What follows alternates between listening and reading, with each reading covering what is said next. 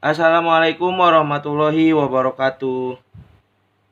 Baik anak-anakku kelas 6 yang Bapak banggakan, kita lanjutkan materi IPS. Masuk ke subtema 2. Ada dua pembahasan. Yang pertama, menceritakan upaya bangsa Indonesia mempertahankan kemerdekaan. Kemudian yang kedua, perjuangan mempertahankan kemerdekaan. Ada di pembelajaran 1 dan di pembelajaran 4. Baik anak-anakku semua, bagi yang sudah punya bukunya silakan dibuka. Bagi yang belum memiliki buku bisa dicek di materi ajarnya. Baik anak-anakku kelas 6, masuk ke pembelajaran 1 subtema 2. Ada 3 materi yang akan kita bahas. Yang pertama, mengembangkan ide peta pikiran, itu bahasa Indonesia. Kemudian yang kedua, menceritakan upaya bangsa Indonesia mempertahankan kemerdekaan. Ini IPS. Dan yang terakhir, sistem adaptasi lebah. Ini pelajaran IPA. Baik, langsung saja ke materi yang pertama, yaitu menceritakan upaya bangsa Indonesia mempertahankan kemerdekaan. Nah, bisa dilihat di halaman 55. Upaya yang seperti apa sih bagi rakyat Indonesia untuk mempertahankan kemerdekaan? Jadi setelah Indonesia merdeka pada tanggal 17 Agustus 1945, ternyata Indonesia tidak bebas atau belum begitu bebas dari para penjajah atau para sekutu. Terbukti pada tanggal 10 November 1945, tentara sekutu Inggris mengancam kepada rakyat Surabaya untuk menyerah, sehingga kota Surabaya itu dikuasai oleh para sekutu Inggris. Tetapi apa buktinya? Rakyat Surabaya menolak, yang dipimpin oleh Bung Tomo. Jadi Bung Tomo ini pemimpin rakyat Surabaya, sehingga tentara sekutu Inggris tidak berani untuk menguasai kota Surabaya khususnya. Baik, bisa dilihat. Nah, ini cerita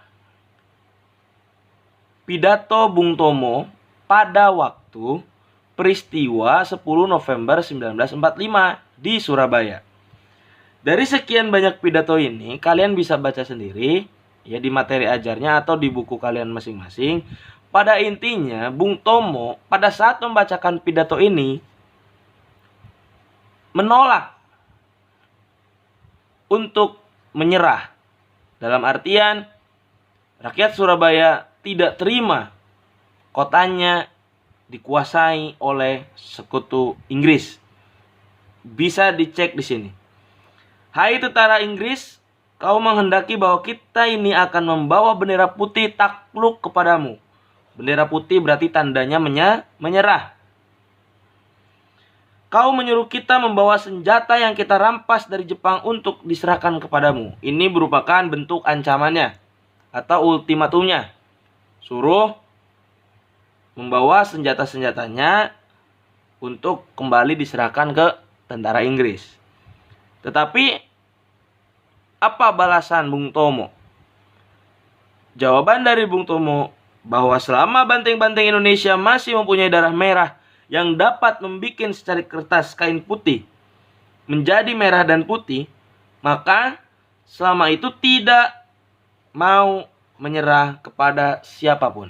Nah, inilah luar biasanya Bung Tomo untuk menjaga keutuhan rakyat Surabaya khususnya.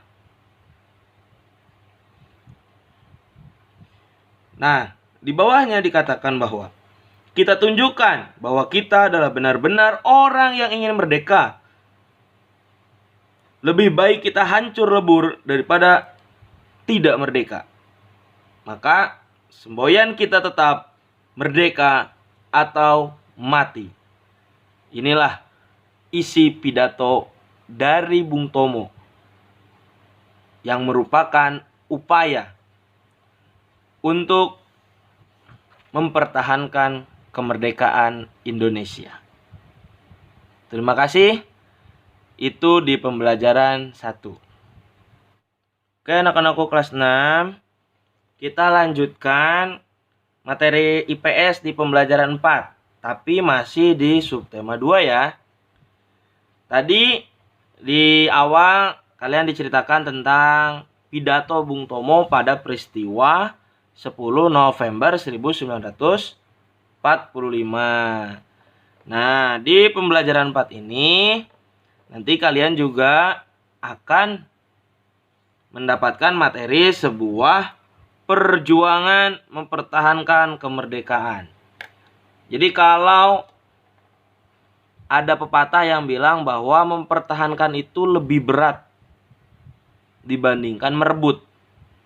Nah, jadi mempertahankan kemerdekaan sampai saat ini pun bangsa Indonesia masih selalu untuk berusaha mempertahankan kemerdekaan. Nah, pada waktu itu ternyata setelah 17 Agustus 1945 banyak kembali perang-perang yang terjadi di beberapa daerah. Tadi di awal ada di Surabaya.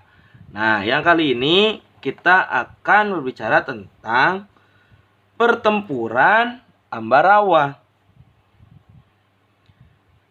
Pertempuran Ambarawa ini diawali dengan kedatangan tentara sekutu di daerah Semarang. Tujuannya untuk apa? Untuk melucuti senjata tentara Jepang. Nah, pada awalnya disambut baik oleh Gubernur Jawa Tengah karena berjanji tidak akan mengganggu kedaulatan Indonesia. Tetapi ternyata itu semua hanya jebakan. Tentara sekutu mengurus tawanan perang yang ada di penjara Ambarawa, tetapi sekutu tersebut bekerja sama dengan tentara Nica. Nica itu Belanda. Dan akhirnya sekutu membebaskan orang-orang Belanda yang dipenjara lalu mempersenjatainya. Nah, ini sudah mulai bergejolak di sini. Nah, pada waktu itu marah, tidak terima. TKR dan rakyat pada waktu itu tidak menerima. Akibatnya, pada tanggal 20 November sampai 15 Desember 1945, di Ambarawa terjadilah pertempuran yang bernama Pertempuran Ambarawa.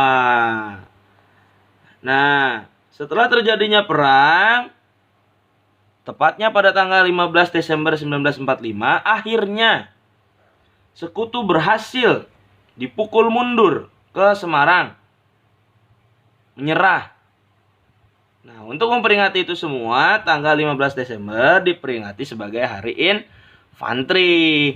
Kalau tadi yang di Surabaya 10 November 1945 itu diperingati sebagai Hari Pahlawan. Nah, tidak hanya itu.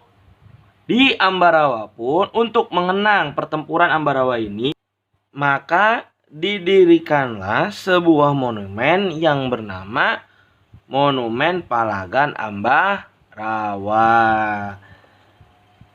Peristiwa atau pertempuran yang kedua yang akan kita bahas yaitu tentang Bandung Lautan Api. Kenapa bisa disebut Lautan Api? Nah, pada saat itu, tanggal 23 Maret 1946, sekutu mengeluarkan ultimatum yang berikutnya atau yang kedua. Ultimatumnya berisi bahwa para masyarakat Bandung harus segera meninggalkan daerahnya atau wilayahnya. Tetapi pada saat itu ada tokoh pejuang Kolonel Abdul Haris Nasution, Aruji Kartawinata, dan Surya Dharma kemudian memutuskan untuk mematuhi semua perintah-perintah dari pemerintah pusat. Apa perintahnya? Yaitu menyuruh untuk meninggalkan kota Bandung, ya, sesuai dengan ultimatum dari sekutu. Akan tetapi mereka tidak akan menyerahkan kota Bandung secara semuanya atau secara utuh. Mereka mengungsikan rakyat keluar kota Bandung. Dan pada saat itu pula para pejuang membakar semua gedung-gedung di Bandung bagian selatan. Maka dari itu kota Bandung tampak seperti lautan api. Nah, inilah peristiwa kenapa bisa disebut sebagai Bandung Lautan Api. Karena gedung-gedungnya itu dibakar oleh para pejuang-pejuang rakyat Bandung agar sekutu tidak bisa menguasai kota Bandung. Yang ketiga pertempurannya yaitu pertempuran Medan Area. Nah, pada pertemuan Medan Area ini sudah pasti itu terjadi di daerah Medan. Tetapi bagaimana latar belakang terjadinya pertempuran Medan? Pada saat itu sekutu tiba di Medan dan sekutu tersebut diboncengi oleh Nica, Belanda. Nah, para pejuang di Medan mengadakan sebuah perlawanan yang dipimpin oleh Ahmad Tahir. Kenapa kok bisa melakukan sebuah perlawanan? Karena rakyat Medan pada waktu itu di dalam sebuah peristiwa terjadi di sebuah hotel. Seorang anggota Nica menginjak-injak bendera merah putih. Kemudian hotel tersebut dikepung oleh para pemuda Tentara Rakyat Indonesia. Dan akhirnya pada bulan Desember, sekutu menetapkan batasan-batasan wilayah kekuasaan mereka. Maka disebutlah sebagai Medan Area karena beberapa tempat dikuasai oleh para sekutu. Nah, pertempuran tersebut disebut dengan Medan Area. Terima kasih. Itu pertempuran-pertempuran yang terjadi setelah kemerdekaan. Yang pertama tadi ada 10 November di Surabaya. Yang kedua ada Ambarawa. Yang ketiga ada Bandung Lautan Api. Dan yang keempat itu ada pertempuran Medan Area. Itu semua materi-materi di subtema 2. Terima kasih banyak untuk anak-anakku kelas 6.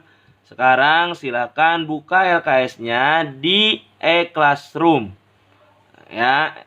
Jadi LKS-nya ada di e-classroom, silakan isi sesuai dengan perintah-perintah yang ada di sana. Tetap semangat, tetap di rumah dan selalu berdoa. Assalamualaikum warahmatullahi wabarakatuh.